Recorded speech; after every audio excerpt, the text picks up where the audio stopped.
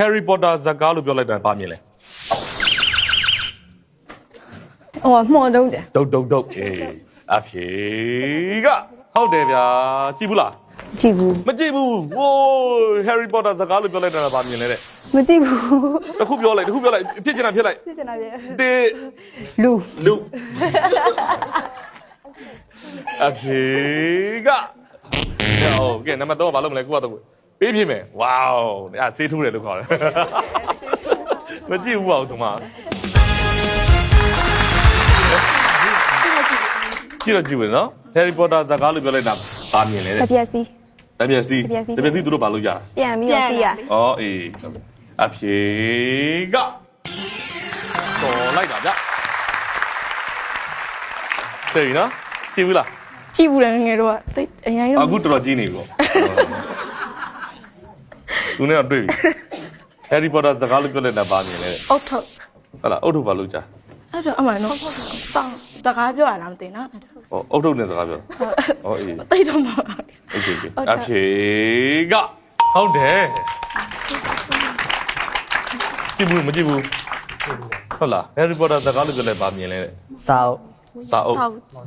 ဟောစာအုပ်အဖြေကဒီတယောက်မကြည့်ဘူးလို့ပြောရနော် Harry Potter ဇာတ်ကားလို့ပြောလိုက်တာဘာပြေးမြင်လဲတဲ့ မော်ဝေးယုံ မော်ဝိယုံဩမကြည့်ဘူးတဲ့သူကမော်ဝိယုံတော့သိတယ်ဩဟုတ်အဖြေကဘာဘာကတိုင်းမလို့ရပြီဒီကလွဲဝိုင်းသူများကိုသွားမိမှာနော်ဟော Harry Potter ဇာတ်ကားလို့ပြောလိုက်တာဘာမြင်လဲ ဒီကွက် ဇီကွအဖြေကကဲစိတ်မကောင်းပါဘူးဒီဘက်ကိုသွားပြီးမေးမယ်ကြည့်ဘူးလား Harry Potter ကြည့်ဘူးလားမကြည့်ဘူးကြည့်ဘူးလေ အမွာနဲ့ရ အမွာနဲ့ရောက် မော်ဝေးယုံပေါ့ ဖြေတိုင်းမပါဘူးဗာလေ